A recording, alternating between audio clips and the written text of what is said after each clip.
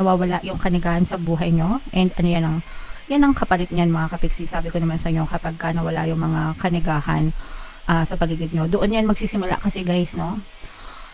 Once you change, kapag nawala yung mga kanigahan sa paligid nyo, magkakaroon yan ng pagbabago. Magta-transition kayo or transform sa mas maganda, maliwanag na bukas mga kapiksi. And doon napapasok guys, ayan, nakikita nyo ba?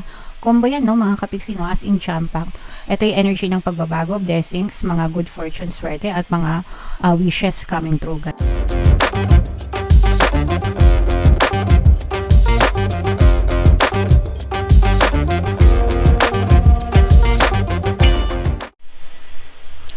Hello guys, hello Leo, welcome back to Pinoy Pixie Tarot. Ang pamagat ng episode natin for tonight is first half kapalaran ngayong December 1 to 15 mga kapixie para sa Leo, Sun, Moon, Rising Sign, and Venus. By the way guys, naka-upload na sa ating YouTube channel yung inyong 2025 kapalaran. If in case hindi nyo pa napapanood, punta lang kayo guys dun sa ating YouTube homepage. Hanapin nyo lang yung video para dun sa zodiac sign nyo, mga kapiksi. So, ito guys, ito yung mga mensahe sa inyo para ngayong December 1 to 15, mga pwede nyo ma-experience or maaaring dumating sa inyo guys.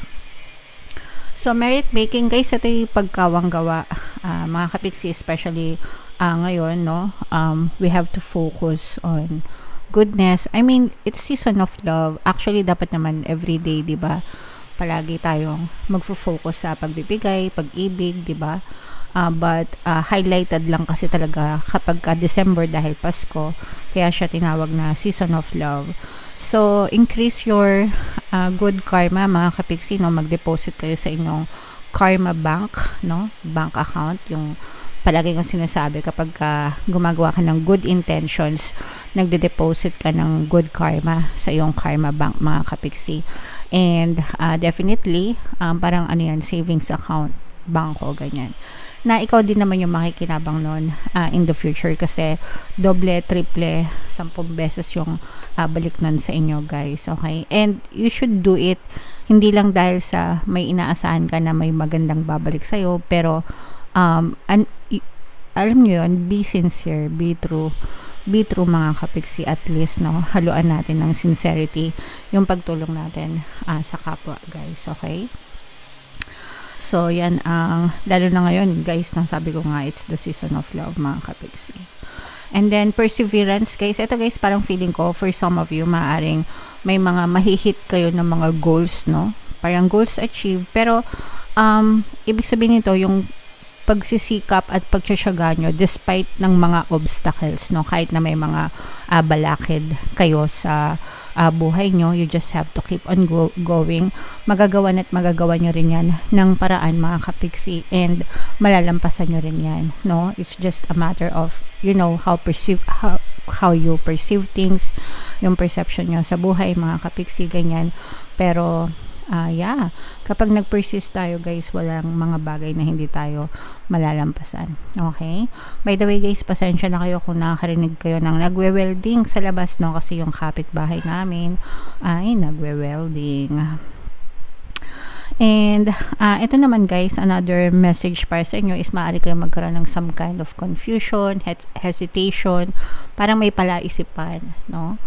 Palaisipan na maaring maganap, or parang merong pagtatalo ka ng isip guys ngayong December. So kung ano man yung bagay na yon na kailangan mong pag-isipan, take your time, no, pag-isipan nyo mabuti, alam yon. And kung kailangan nyo magdesisyon, timbangin nyo lang palagi yung pros and cons. Mas maganda gumawa kayo ng checklist, no, para kung ano yung mas maraming pros, syempre yun yung piliin nyo, and make sure na kumbaga hindi lang kayo yung magbe-benefit, pero magbe-benefit din yung ibang tao sa paligid nyo mga kapiksi.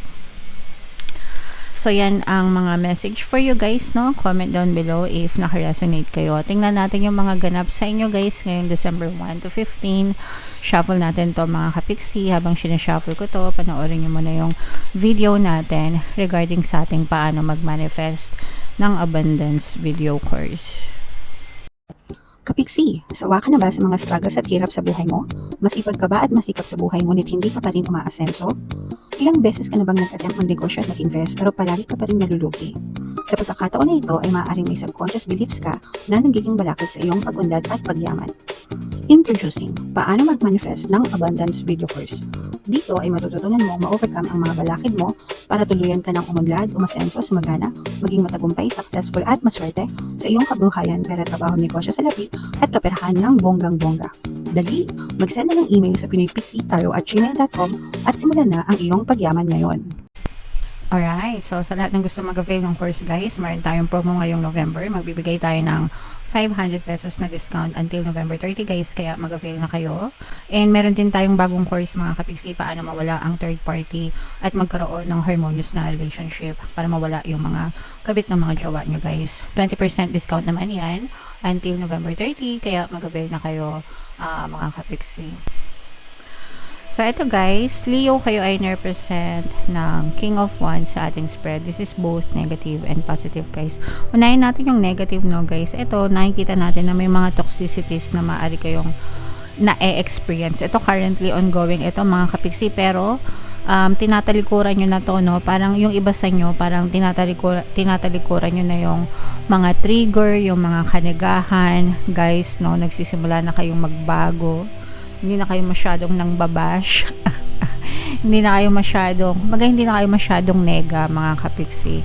Or kung meron man kayong, let's say for example, kung meron man kayong mga tao na sinasamahan na parang bad influence, no, considered as bad influence mga kapiksi, parang humihiwalay na kayo sa kanila guys, no. Ibig sabihin lumalayo na kayo ng landas sa kanila, you're separating yourself from them, and doon nyo na nare-realize na mas magaan pala yung buhay nyo kapag wala sila, and parang mas payapa and mas kalmado kayo mga kapiksi. So, dahil doon, para nagkakaroon ng mga magagandang changes at pagbabago sa inyo, kasi nga, syempre, nawawala yung kanigahan sa buhay nyo, and ano yan ang kapalit niyan mga kapiksi. Sabi ko naman sa inyo, kapag nawala yung mga kanigahan sa paligid nyo, doon yan magsisimula kasi guys, no? Once you change, kapag nawala yung mga kanigahan sa paligid nyo, magkakaroon yan ng pagbabago. Magta-transition kayo or transform sa mas maganda, maliwanag na bukas mga kapiksi. And doon napapasok guys, ayan, nakikita nyo ba? Combo yan no mga kapiksi no, as in jam-pack. Ito yung energy ng pagbabago, blessings, mga good fortune, swerte at mga wishes coming true guys no. So, doon na, guys, nagsisimula yung magagandang pagbabago na magdadala ng mararaming blessings sa inyo. And super blessed talaga kayo, guys, no? Parang mararamdaman nyo na super blessed kayo ngayong December, ganyan. Especially kung nakuha nyo na yung mga 13th month nyo or bonus nyo. Parang more than that pa yung inyong matatanggap from the universe, mga kapiksi. At saka parang doon nyo marirealize na ang sarap palang mabuhay. Bakit ba ako nagpaka-nega dati? Dapat pala matagal ko na tong ginawa, no? Yung nagpapaka-positive kayo, nagpapaka-grateful kayo sa mga blessings na natatamasa nyo. So, ito guys, sobrang no? I-mind nyo na yan lahat sa comment section. Pagbabago, pagbabago, blessings, swerte, and mga wishes coming true. Sa mga nagko-comment naman na kapiksi natin, hanggang ngayon daw wala pa rin silang natatanggap ng mga blessings. So, itanong nyo muna yung sarili nyo, nagbago na ba kayo? 'Di ba? Kasi kung hindi pa kayo nagbabago, hindi din magbabago yung nangyayari sa paligid nyo. Hindi nakasalalay sa tarot reading yung energy nyo mga kapiksi, no? Nakasalalay yan sa energy nyo. Okay? So, ito, general lang na pwedeng maging gabay sa inyo. Kung naka-align kayo sa energy, pwede nyo ma-experience. Pero kung hindi kayo naka-align sa energy, hindi nyo ma-experience. Kaya ko nga kayo sinasabihan na i-align nyo yung sarili nyo dito, mag-affirm kayo, magdasal kayo, diba? Kasi yun yung mga kailangan nyong gawin para ma-align kayo dito sa energy and ma-experience nyo ito, mga kapiksi. So, again, i-mind nyo na to guys, pagbabago, blessings, good fortune, and mga swerte. Ito guys, talagang masaya, no? Maligaya, punong-puno kayo ng kaligayahan. Ito yung mga wishes coming true, mga kapiksi, no? Parang kang may genie in a bottle. Ibig sabihin, unti-unting tinutupad ni universe yung mga pangako niya sa'yo, yung mga kahilingan mo.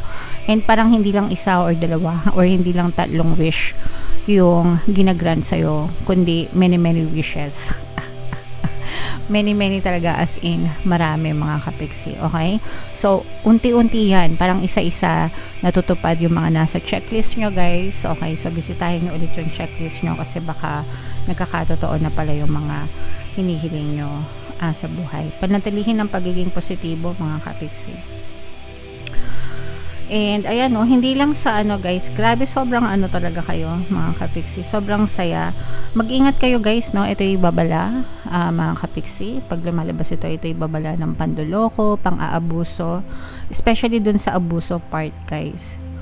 Kasi nga for some of you maaari kayong makaramdam ng toxicities and pang-aabuso mula sa ibang tao. Maaari may mga backstab sa inyo mga kapiksi, or especially sa trabaho guys, kasi parang merong nag-aantay na magkamali kayo tapos iti-take nila yung chance para hilahin kayo pababa mga kapiksi. So mag-ingat kayo sa mga ganong klase ng sitwasyon guys. Okay, and eto guys, this is more on love.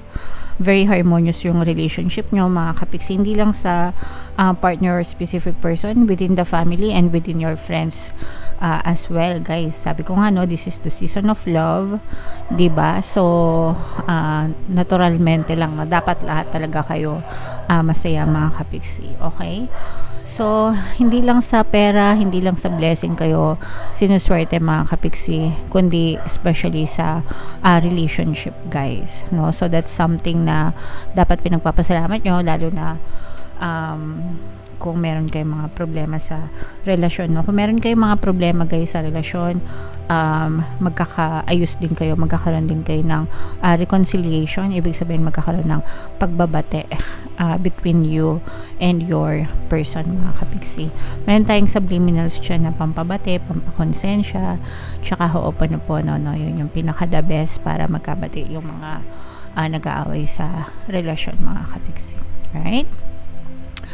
So comment down below guys if feeling nyo naka-resonate kayo dyan, and i-mind nyo na lahat ng pinapamain ko sa comment section guys. Okay, ito yung ating 2025 kapalaran, panoorin nyo na, and ito naman yung ating success stories ng paano mag-manifest ng abundance video course. Click here to subscribe guys. Ito yung ating mga pampaswerte subliminals. Thank you for liking, sharing, and subscribing. See you next time. I love you all mga kapiksi. Have a nice day. Bye bye.